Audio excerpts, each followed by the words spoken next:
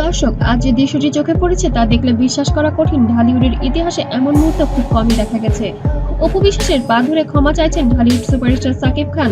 দীর্ঘদিন ভুল বোঝাবুঝি, তিক্ততা আর দূরত্ব ভুলে অবশেষে অপু বিশ্বাসের সামনে মাথা নত করেছেন ঢালিউড কিং। ঘটনাটি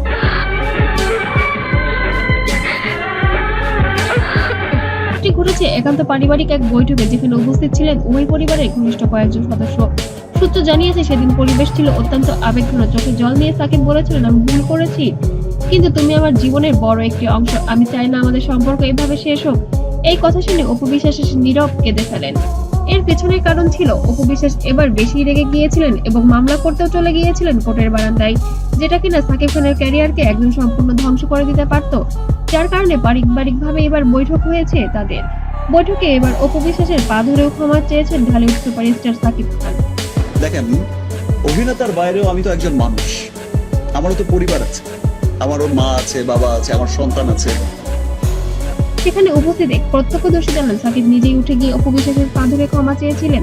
অপু বিশ্বাস প্রথমে হতভম্ব হয়ে গেল, পরে চোখ মুছে বলেন, ক্ষমা চাইলে পাপ কমে না, কিন্তু আমি চাচ্ছি আমাদের ছেলের জন্য সব ভুল বুঝাবুঝি শেষ হোক। এই দৃশ্যের কিছু ছবি ও ভিডিও ইতিমধ্যে সোশ্যাল মিডিয়ায় ছড়িয়ে পড়েছে, যা মুহূর্তেই ভাইরাল হয়ে যায়। নেটিজেনরা বলেছেন, এটাই সেই মুহূর্ত যার অপেক্ষায় ছিল গোটা ঢালিউড।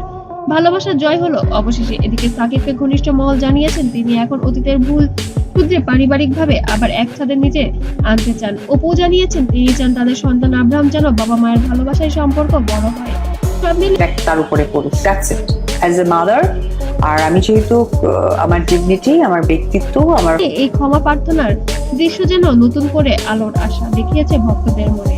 বছরের পর বছর দূরত্বের পর হয়তো আবারও শুরু হতে যাচ্ছে অপু সাকিবের নতুন অধ্যায়। ঢালিউডে এখন একটাই প্রশ্ন, এই মিলন কি স্থায়ী হবে নাকি আবারও ভাগ্য তাদের আলাদা করে দেবে? সময়ই বলে দেবে। তাতে আপাতত ভক্তরা বলেছেন, অবশেষে ক্ষমার মধ্য দিয়ে জয় হলো ভালোবাসার। অবশ্যই আপনাদের মূল্যবান কমেন্ট করতে যেন ভুলবেন না। সত্যি কি তাদের সম্পর্ক এবার টিকে থাকবে, নাকি আবার কোনো নতুন কোনো নাটক শুরু হবে তাদের জীবনে? পরিবার পরিজন আছে, আত্মীয় স্বজন আছে, আমি তাদের কাছে এখন মাথা